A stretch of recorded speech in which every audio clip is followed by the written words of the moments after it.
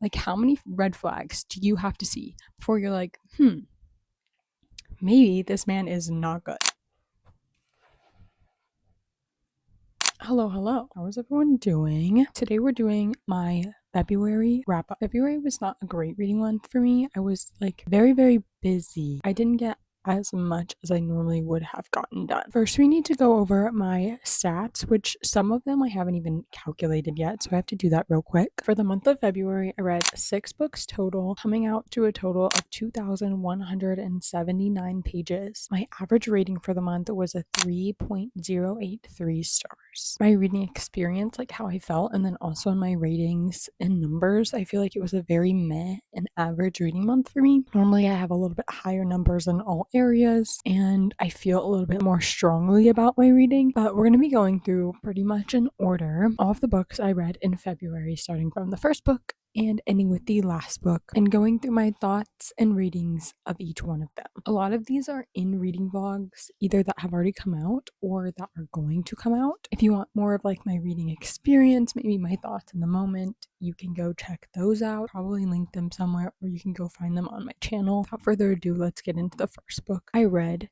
in February. That book happened to be Onyx Storm by Rebecca Yarros. This is the third book in the Empyrean series. First one being Fourth Wing, the second one being Iron Flame, the third one obviously being Onyx Storm. I ended up reading this with 3.5 stars. I can't really tell you exactly what the plot of this book is because it's the third book in the series, as we know, but I can tell you a little bit about my thoughts. I wasn't disappointed in this per se, but I did feel like it was my least favorite in the series so far, which is contradictory to a lot of the things that other people felt and what I've been seeing online. I felt like a lot of the characters felt really far away, and one of the complaints I've heard constantly online is like there's so many characters you can't keep track, which I also did feel like that, but I specifically felt like the characters that I did know, they felt very distant, they didn't feel very present, and they felt very stagnant compared to the other two books. I think it just missed the mark for me, but I did have fun overall. I liked being back in this world. I liked being back with the dragons and the characters as much as they might not have felt like the normal characters to me, but there is 2 more books in the series and I will be continuing on with those.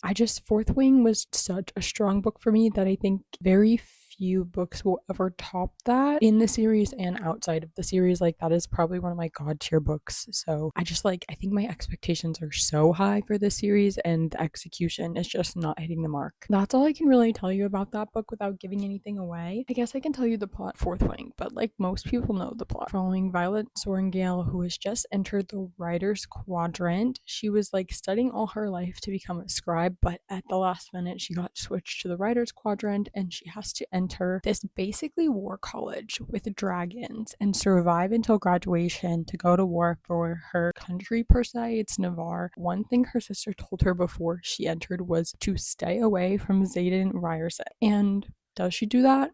Not even a little bit. It's like a fun little fantasy romance, and again, like I said, one of my favorite books I have ever read. So the third one just didn't reach that for me, which is unfortunate, but kind of expected if you think about it. Like, not all books are going to be god tier in one series necessarily. The second book I read in February was The Ministry of Time by Colleen Bradley. This I ended up rating a 4 stars and was definitely one of my favorite books of the month by far. It's going to be in a reading vlog soon, and it's a sci-fi book, which is kind of out of my comfort zone. We are set in a world in Britain sometime in the near future in which the British government has found out a way to time travel. The narrator kind of tells you to not really worry about how this happened or how the British government figured out how to time travel. The British government goes back in time, picks up a refugee from like a past wartime or like in a dangerous situation, brings them to the future, and they're kind of experimenting with how this time travel will affect people. And our main character is the emotional support person basically for one of these time travel refugees. It's her job and we're following her perspective. I'm gonna leave it at that. I feel like the more blind you go in, the better it is. The writing was literally everything. That was probably one of my favorite things about it, is just the gorgeous writing. I annotated it, and I don't know if you can see, but all the blue tabs are like moments when I was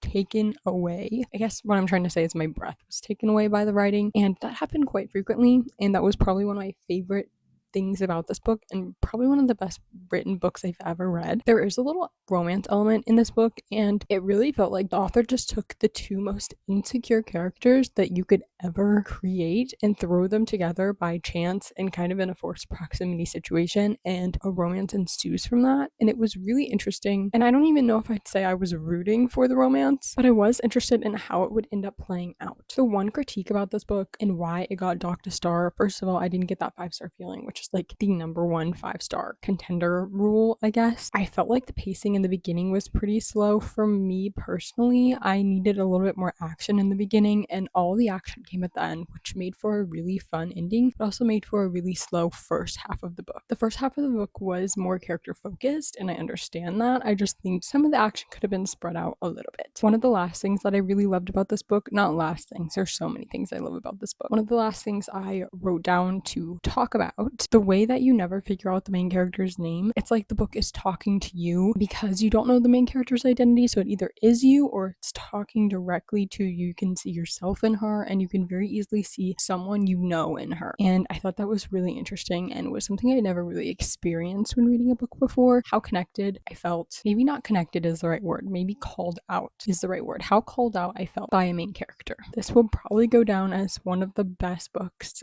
compositionally I read in 2025.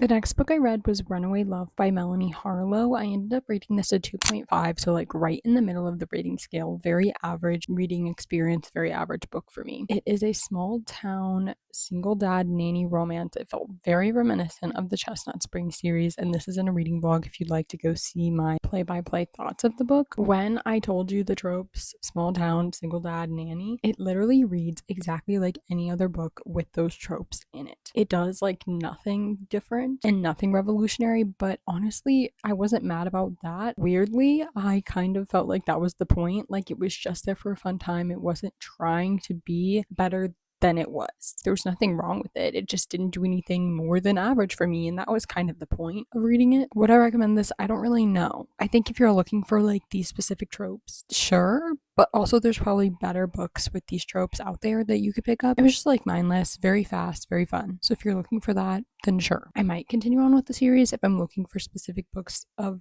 specific tropes, and those books in the series have them, but I'm not like itching to pick up the next one, other than the fact that the covers are really cute and I like these sprayed edges, which is kind of crazy because I never like any sprayed edges. So I kind of just want to like buy the books to own them, but like not read them. But that's not healthy, and I shouldn't do that, so I'm not going to, but I'm tempted. Next book I read was in that same reading vlog, and it was Barbarian's Heart by Ruby Dixon. This is the 9th book in the Ice Planet Barbarians series, and I ended up reading this the same thing, a 2.5. This was not my favorite in the series because of the tropes that it was using. It had the amnesia trope, which is something I'm not really a fan of and always just ends up reminding me of Wattpad and Harry Styles. So this one specifically, what I was missing was the lack of the plot. The last book, the 8th book, we ended off with like a really big deal in the plot, a new location, a new setting, something very big for this world. And then in this book we kind of just paused, took a look at these two characters' romance, and then like at the end we kind of touched on the plot point. Like I was really interested in that plot point and I wanted to read more about it in this book, and that just wasn't there. I think it will be a little bit more there in the next book and in the future books. I will always